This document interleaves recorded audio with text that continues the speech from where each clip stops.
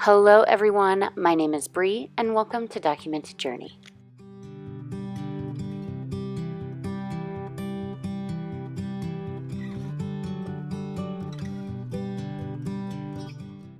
So today all I am going to be doing is collaging on 3 notebooks. It's not really even collaging, I don't know why I said that, but I'm just covering the notebooks. This is a blank A6 Hobonichi, and I am covering it with some paper that I got from a magazine, and I want to say I don't even know what magazine. Let's just be real. I have no idea. I pulled it from a magazine and I am just covering the front and back. It's fruit. I really like it. It is very similar to my style of black and white sketchy fruit images and then colored fruit images. You see it, I'm sure. Anyway, I covered my Hobonichi. This is, like I said, the plain notebook, and I use it for an everyday journal.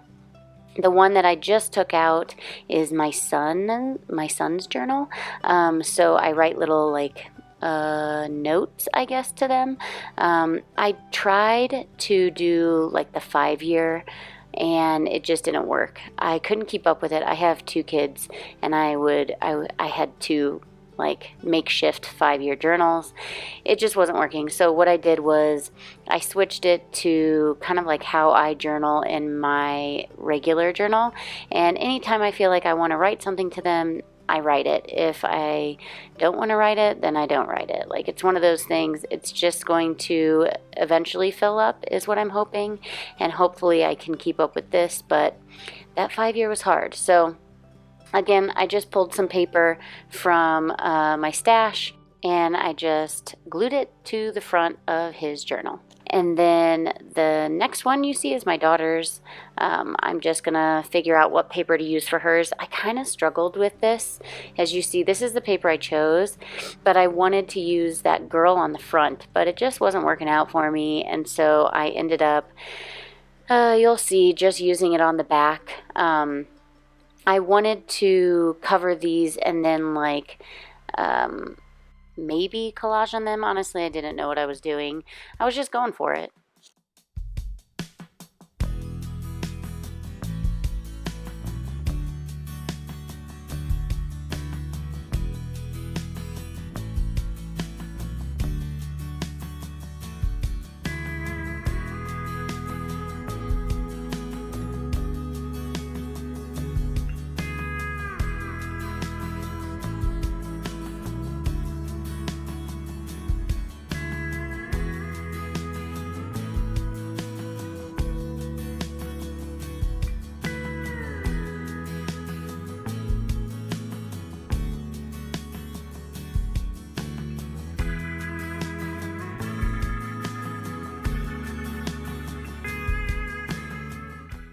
So here I decided I was going to put a label on the front, and I was thinking of putting the date when I originally put these labels on.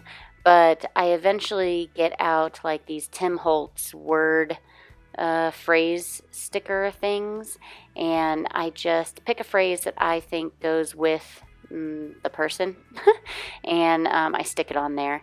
This way I can tape over them. I kind of wanted to put some contact tape on them so that way it kept it nice and neat. I just really couldn't collage over my cover. I loved that cover, that paper, so I just didn't really want to add anything else except for those word stickers.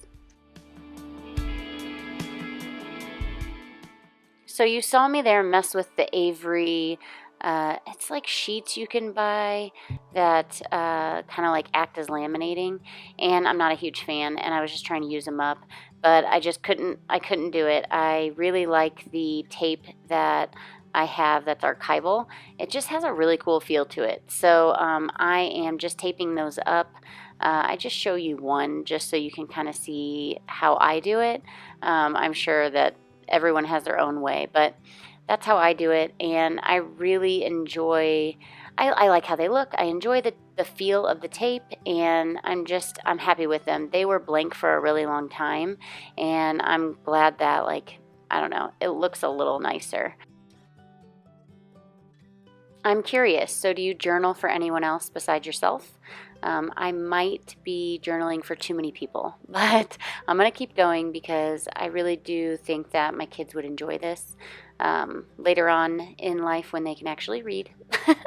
But next thing, I do have a new release coming on my website November 6th. I have a new cork design cover, which you will see in the top left corner, that black and white pattern right there. It is called Spine. It will be available in my shop coming November 6th, along with some new stickers. So if you are interested in that, you should check it out. Until next time, everybody, I'll see ya.